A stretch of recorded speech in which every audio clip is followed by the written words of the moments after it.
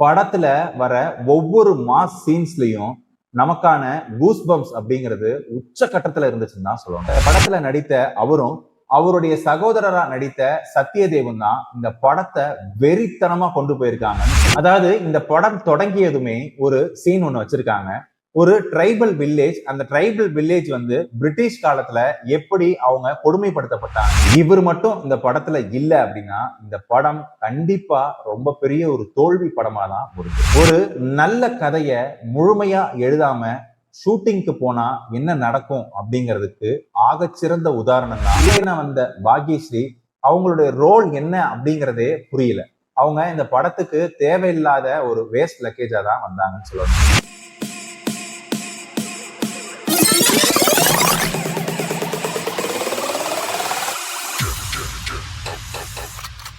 KDFS tax Tamil நேயர்களுக்கு வணக்கம். இன்னைக்கு நம்ம பார்க்க போறது கிங்டம் படத்தோட ரிவ்யூ தான். கிங்டம் விஜய் தேவர்கொண்டா, சத்யதேவ், பாக்யஸ்ரீ போன்ற முன்னணி நடிகர்கள் இந்த திரைப்படத்துல நடிச்சிருக்காங்க. தெலுங்குல ரொம்பவே ஒரு மிகப்பெரிய எதிர்பார்ப்புக்கு மத்தியில வெளியாகியிருக்க இந்த படமானது தமிழ் உட்பட பல மொழிகள்ல மொழிபெயர்ப்பும் பண்ணியிருக்காங்க. நெட்ஃபிளிக்ஸ் இந்த படத்தை வாங்கியிருக்காங்க. 2.5 மணி நேரம் ஓடக்கூடிய இந்த திரைப்படமானது UA சர்டிபிகேட் வாங்கியிருக்கு. 6.1 IMDbல ரேட்டிங்கும் வாங்கியிருக்கு. இந்த படத்துல நம்ம எல்லாருக்கும் தெரியும், அனிருத் தான் இந்த படத்துக்கு மியூசிக் பண்ணிருக்காரு. இந்த படத்தை இயக்கியிருக்காரு கௌதம் தினானுரி. இந்த படமானது ஒரு ஆக்ஷன் டிராமா ஜானர்ல தான் வெளியாயிருக்கு. சரி, இந்த படத்தோட கதை என்ன அப்படிங்கிறத பார்க்கலாம். இந்த படத்துல அண்ணன் தம்பி 2 பேருடைய உறவை மையமா வச்சுதான் ஒட்டுமொத்த கதையும் நகருது. அதாவது விஜய் தேவர்கொண்டா மற்றும் சத்யதேவ் 2 பேரை சுத்தி தான் ஒட்டுமொத்த கதையும் வடிவமைக்கப்பட்டிருக்கு. இந்த படத்துல விஜய் தேவர்கொண்டா ஒரு போலீஸ் கான்ஸ்டபிளா வராரு. சின்ன வயசுலயே அவருடைய அண்ணனான சத்யதேவ அவரு தொலைச்சிடுறாரு. தொலைஞ்சு போன அண்ணனை தேடி அவருக்கு ஒரு ஆஃபர் வருது. அந்த ஆஃபரை அவர் எடுத்துக்கிறாரு. பின் நாட்கள்ல அவங்க அண்ணனை போய் அவர் எப்படி சந்திக்கிறாரு. ஆனா அப்படி சந்திக்கணும் அப்படின்னா அவர் வந்து ஒரு அண்டர் கவர் ஆபரேஷன் பண்ணணும். அந்த அண்டர் கவர் ஆபரேஷன்னால அவங்க அண்ணன் தம்பி 2 பேருக்கு நடுவுல என்ன மாதிரியான விஷயங்கள் நடக்க போகுது இப்படிங்கிறத மையப்படுத்தி தான் இந்த படம் வடிவமைச்சிருக்காங்க. ரொம்பவே கேட்கவே சுவாரஸ்யமா இருக்கு இல்லையா? அண்ணனை தேடி தம்பி போறாரு சிலோனுக்கு. சிலோன்ல அவங்க அண்ணன் பெரிய டானா இருக்காரு. அவங்க தம்பி எப்படி அவங்க அண்ணன்ட்ட போய் அறிமுகமாறாரு. ஆனா சத்யதேவுக்கு விஜய் தேவர்கொண்டா ஒரு அண்டர் கவர் ஆபரேஷன் காப் அப்படிங்கிறது தெரியாம பழகுறாரு. இப்படி கதை அம்சம் அமைக்கப்பட்டு ஸ்கிரீன் பிளேயும் நகர்த்திருக்காங்க. சோ இந்த படத்தோட கதை என்ன அப்படிங்கிறத நீங்க பார்த்திருப்பீங்க. இந்த படத்தோட ஸ்கிரீன் பிளே எப்படி நகர்த்தினாங்க அப்படிங்கிறத பேசலாம். இந்த படத்துல ஒரு அண்டர் கவர் ஆபரேஷன்ல தான் விஜய் தேவர்கொண்டா போறாரு.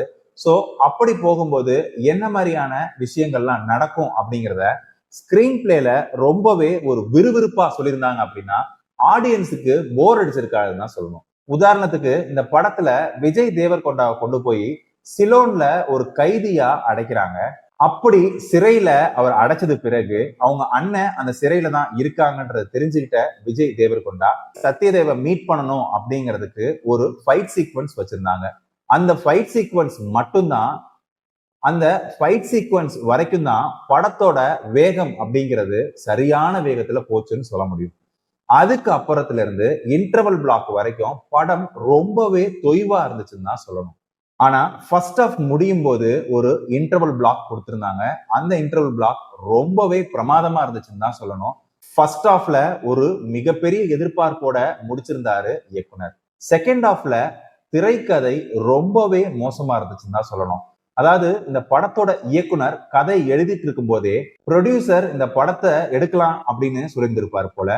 எழுதிட்டு இருந்த ஸ்கிரிப்டோடையே ஷூட்டிங் ஸ்பாட்டுக்கு போனது மாதிரி அவருடைய திரைக்கதை அமைஞ்சிருந்தது. ப்ரொடியூசர் இந்த படத்தை எடுக்கலாம் அப்படின்னு சொல்லியிருந்திருப்பார் போல.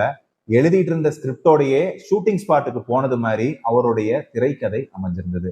என்ன சொல்ல வராரு அப்படின்ற ட்ராக்கையே மாத்தி வேற எங்கெங்கயோலாம் சுத்துறாரு.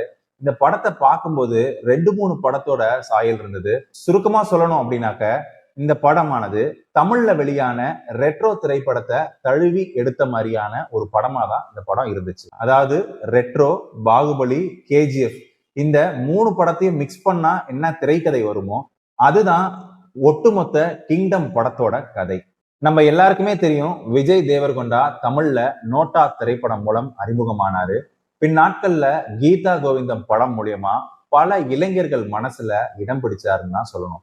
காரணம் அவருடைய ஸ்மார்ட்டான அந்த லுக்கும் அவருடைய இன்னசென்ஸான ஒரு நடிப்பும் தான் தமிழ் திரை ரசிகர்களால கொண்டாடப்பட்டுச்சு. பின் நாட்கள்ல வெளியான அர்ஜுன் ரெட்டி திரைப்படம் மூலம் தன்னுடைய நடிப்புல ஒரு வித்தியாசத்தையும் காட்டியிருந்தாரு விஜய் தேவர்கொண்டா. இப்படி ரொம்பவே சாதுவா நடிச்சிட்டு இருந்த விஜய் தேவர்கொண்டா இந்த படத்துல ரொம்பவே ஒரு அதிரடியான ஒரு ஆக்ஷன் ஹீரோவா தான் கம்பேக் கொடுத்திருக்காரு. ஆனா இந்த படம் அவருக்கு சூட் ஆச்சா அப்படின்னா கண்டிப்பா இல்லைன்னு தான் நான் சொல்லுவேன். ஏன்னா இந்த கிங்டம் திரைப்படம் அப்படிங்கிறது கதாநாயகனுக்கான கதை இல்லை. இந்த படத்துல வேற யாரை நடிக்க வச்சிருந்தாலும் இந்த படம் நல்லா இருந்திருக்கும். ஏன்னா விஜய் தேவர்கொண்டா சத்யதேவ் இவங்க 2 பேருக்கும் கொடுத்திருந்த ஸ்கிரீன் டைமிங்கை தாண்டி வேற யாருக்குமே ஸ்கிரீனை ஷேர் பண்ணவே இல்லை. சரி, இந்த படத்தோட பாசிட்டிவ் என்ன அப்படிங்கிறத பார்க்கலாம். இந்த படம் இன்னைக்கு பேசப்படக்கூடிய ஒரு படமா இருக்கு அப்படின்னா அதுக்கு முக்கிய காரணம் அனிருத்தோட இசைதான். இந்த படத்தோட ஆர்ஆர் மற்றும் பிஜிஎம் ரொம்ப பிரமாதமா இருந்துச்சுன்னு தான் சொல்லணும். படத்துல வர ஒவ்வொரு மாஸ் சீன்ஸ்லயும் நமக்கான கூஸ் பம்ப்ஸ் அப்படிங்கிறது உச்சகட்டத்துல இருந்துச்சுன்னு தான் சொல்லணும். ரெண்டாவது, இந்த படத்துல விஜய் தேவர்கொண்டாவை சூஸ் பண்ணதுன்னு சொல்லுவேன். நான் முன்னவே குறிப்பிட்டது மாதிரி இந்த படத்துல யார் வேணா நடிச்சிருந்திருக்கலாம். ஆனா விஜய் தேவர்கொண்டா இந்த படத்துல நடிச்சது ஒரு கூடுதல் பலம் அப்படின்னு தான் சொல்லுவேன்.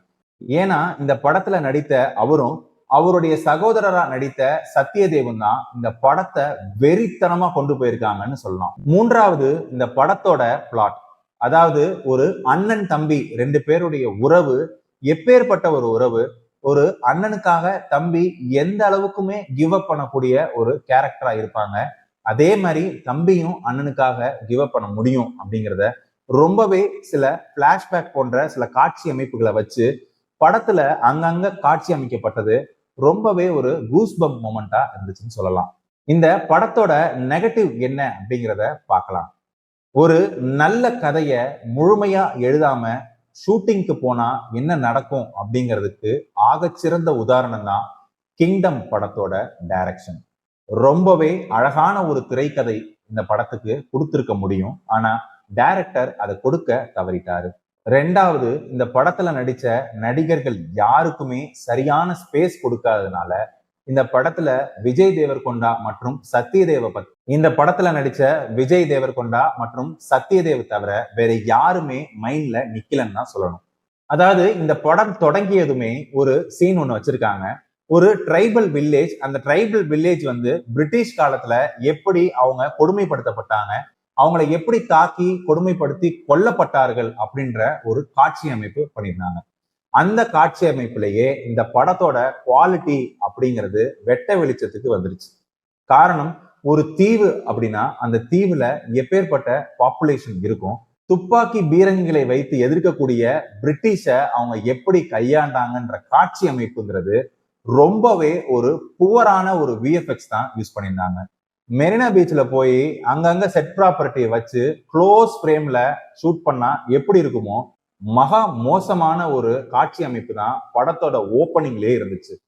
இது டைரக்டர் குறிப்பிட நினைச்ச வரலாற்றுல நடந்த விஷயத்த சொல்ல நினைச்ச அந்த காட்சிகள் எதுவுமே அவர் சொல்ல நினைச்சது மாதிரி இல்லைன்னு தான் சொல்லணும். இந்த படத்தோட கிளைமேக்ஸ், இந்த படத்தோட கிளைமேக்ஸ் எப்படி இருந்துச்சு அப்படின்னா 2 மணி நேரம் கொலாப்ஸ் பண்ண அந்த சப்ஜெக்ட இதனாலதான் இது இப்படி நடந்துச்சு, இதனாலதான் இது இப்படி நடந்துச்சு அப்படின்னு எல்லாத்துக்கும் ஒரு காரணம் சேர்க்கிற மாதிரி டைரக்டர் பண்ண தவறுகள் எல்லாம் சரி பண்றதுக்கு ஒரு காட்சி அமைப்பு தான் பண்ணியிருந்தாரு டைரக்டர். சரி, எதுக்கு அதை பண்றீங்க அப்படின்னு பார்த்தா இந்த படத்துக்கு செகண்ட் பார்ட் வரப்போகுது. ஸோ அதுக்காக ஒரு ஹைப் கிரியேட் பண்றதுக்காக அவங்க இதை சொல்ல வராங்க. ஸோ இந்த முதல் பாட்டே மக்களுக்கு திருப்தியா இல்லை அப்படிங்கிறதுனால 2ஆம் பாகம் பார்க்கணும் அப்படின்ற ஆர்வத்தை தூண்டலை அப்படின்னு தான் சொல்லணும். சரி, இந்த படத்தை பார்க்கலாமா அப்படின்னா கண்டிப்பா இந்த படத்தை நீங்க பார்க்கலாம். கிங்டம் திரைப்படத்தோட ரிவ்யூ உங்களுக்கு பிடிச்சிருக்கும் நான் நம்புறேன். உங்களுக்கு இந்த படம் பிடிச்சிருந்ததா பிடிக்கலையா அப்படிங்கிறத கமெண்ட் செக்ஷன்ல சொல்லுங்க. மீண்டும் வேற ஒரு திரைப்பட ரிவ்யூ நிகழ்ச்சியில சந்திக்கலாம். அதுவரை உங்களிடமிருந்து விடைபெறுவது நான் உங்கள் அபராஜித்தன்.